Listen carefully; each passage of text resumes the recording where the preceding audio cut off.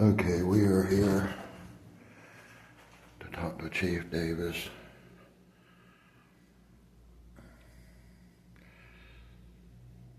Last year, I met, I believe it was Lieutenant Homan and Officer Smith. Very professional people. Looked like the dude was trying to find out. Thank you. Oh, man. This place is nice. Yep, always. How you doing, sir? Hey, how's it going? I'm James. Keith, how are you? Keith, good. You probably remember me from last year. Maybe. I mean, I'm not expecting you to. I know you meet a lot of people. Okay, so I met y'all. I met Officer Smith and Lieutenant Homan. And Lieutenant Holman was, Officer Smith, is he still with y'all? No, he went back to Hamilton County where he started from. Dang, I wanted to talk to him too. I was going to try and ask if I could talk to him. So he came in there. He was great. He was professional. He did what I think. Do y'all have training? Do y'all get training for this kind of stuff? Is it like a First Amendment, or amendment training or whatever they call it? What would they call it? We have to go find training. Mm-hmm. So we've got this program we call policeone.com. It's internet-based training for a lot of the stuff that law enforcement encounters. So we assign different sections of that to our members each month, and then whatever else we can come across that's feasible within our budget, then we try to provide to them. Right. Yeah, he went in. He said hey to me as he walked by, and he's nice to everybody. He goes in there. He starts talking to them. I'm in the main room back there where they had the meeting room, and he comes back there, and he says, yeah, you have the right to be in a public place. You're not doing anything. I'm not freaking out and running around and jumping on top of tables and stuff, you know. He talked to me for a little while. I saw that. I could tell right off the bat, he's been in the military for 25 years, but he don't bring that to the job. This is all public and everything. I can't mix the two. But he was real professional. So I was doing a thing about, this is the main reason why I was here, okay, was I started out a year and a half ago on the side of the road selling stuff for years. And it was great. It's just freedom. And I figured I'd get a store, which as is thrift. Yeah. And I wanted to show everybody right from the start, so I took video of right there on the side of the road saying this is our last day. Boom, we're done with it. And then I showed everything all the way to the dumpster. Okay, getting delivered and stuff, and how you go up to there, who you talk to, and get the dumpster done. So I was just making a whole documentary thing about, and then it went to the lady felt uncomfortable with me in there. She called the police, or she got Lee, I think it was, to call the police, and I talked to Lee and everything, and they misunderstood what I was doing when I was getting my permits. They just misstrued it. It was, some people see the camera in front of them and freak out a little bit. I've gotten used to that. I don't put in complaints or nothing like that. I just take it as natural. He went in there afterwards, completely told him, look, unless he's shoving his camera underneath there. And I got him up on there as a nice cop. I did one for the sheriff's office. I met him on the side of the road. Met another sheriff's deputy on the side of the road when I was set up. Great guys. They don't push themselves on you. They don't act all mean and tough. Yeah. They're just, citizens. We're everyday people like everybody else. You just have to use common sense with the things that you do. Right. And I'm glad, because I've had some police try and kick me out of places that if the public is allowed to go in there, you got the gist on all that, it's a whole big thing. But they try and kick us out, and we got to ask for the higher ups to come in and educate them, but you guys, it's like right from the bottom up. You're just educating people. I mean, you're just educating the workers and stuff. Yeah. Which I wish they had like a budget to get them up to par, so they're not having to call the police. Which, if they feel scared or what, dude, call. You know, use your mind, call and stuff. But I would like it be so like everybody gets so used to it that hey mom. You know, just scream out to the camera or something. You know how people used to do it, and it was a trip, man. It was like, oh, big old IMAX thing on your shoulder and stuff.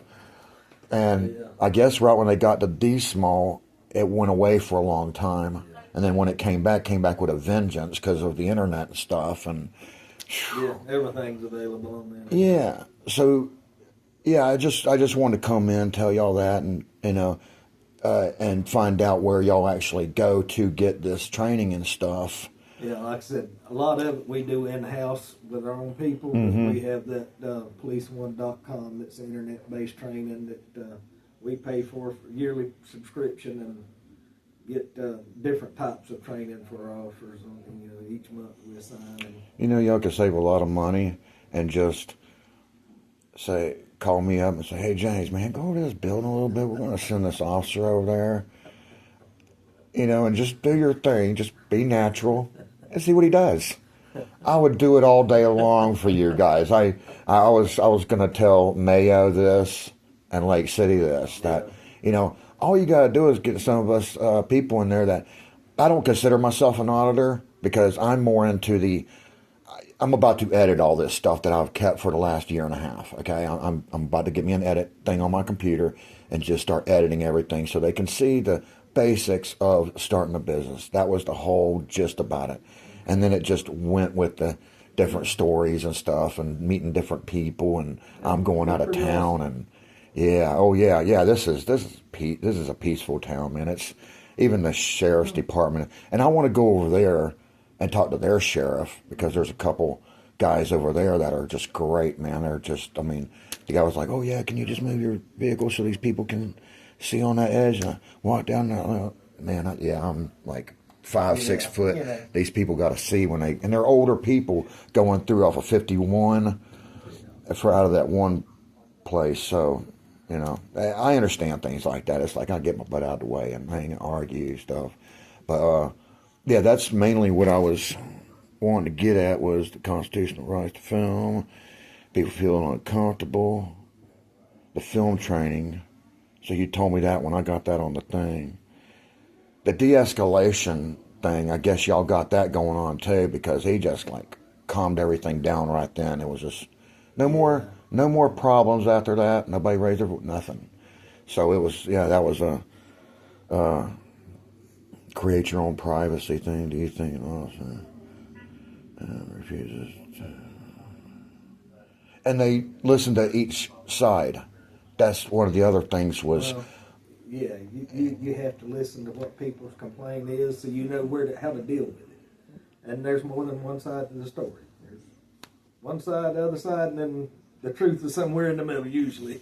So you wouldn't expect them just to come in and go, oh, what are you doing here? And then right when I start speaking, I don't want to hear that. Yeah, no. Why do that? It's Most like, of the listen time, to it for a people second. just want to vent. Yeah. They want to tell you their problems. And once you'll sit there and listen to them, you can usually come to a happy medium to settle the situation.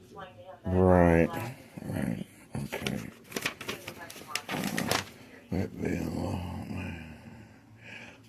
Here's another one that you can't really make an ordinance off of someone's feelings.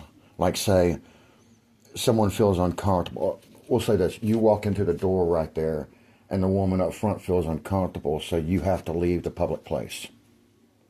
And it isn't anything that you did. You didn't yell at her, nothing like that. But it's your size. Say you were 6 foot, 6'5", whatever, bulking, and you scared her or something. It would require more than that to be able to do any type of ordinance. Ordinance stuff is based off of statute, state statute. Right. Cities can get more restrictive than state statute, but you can't get less. But just somebody walking up is especially in a public place, there's not enough there to issue them a trespass warrant for that if they've done nothing. I mean, it's just not possible. Right, cool. Or it's not the right thing. I guess anything's possible in this world now. Yeah. I can testify to that. I've seen it before. So, cool. All right. Let me see. I'm not wearing my glass. I'm trying to. Yeah, I'm not responsible for their feelings. Okay, that already went by.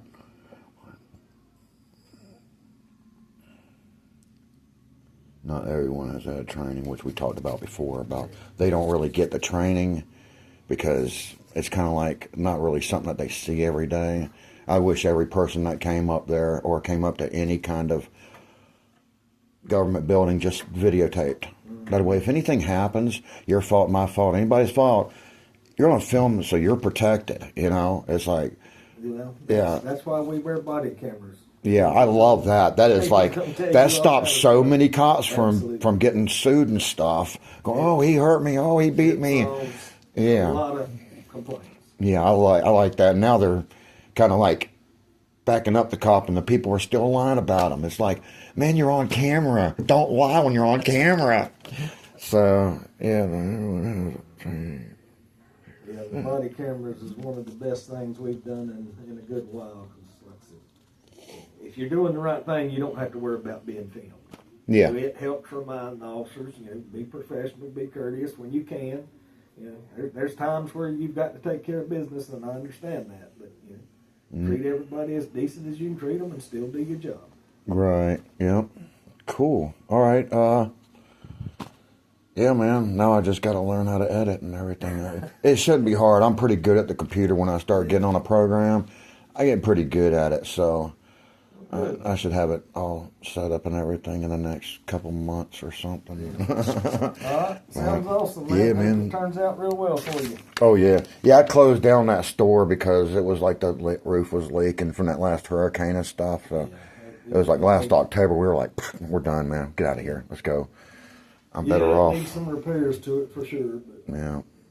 But yeah, he's doing that now. He's fixing it up now. So. Yeah.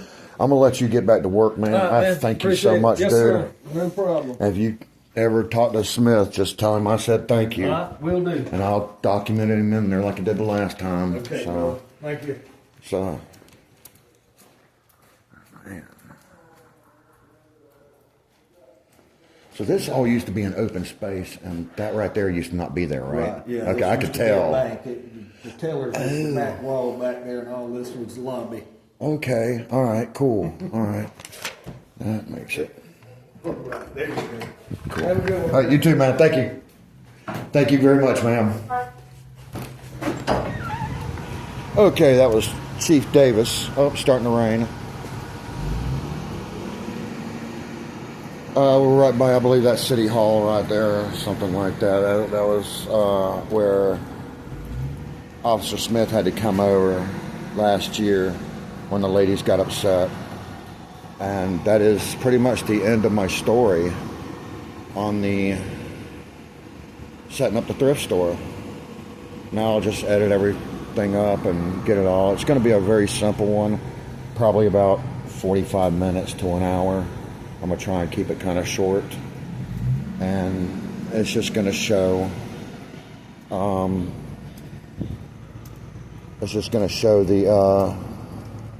the main parts of, where to go to get what stuff. And then that's it. So then so now it's time to learn how to edit.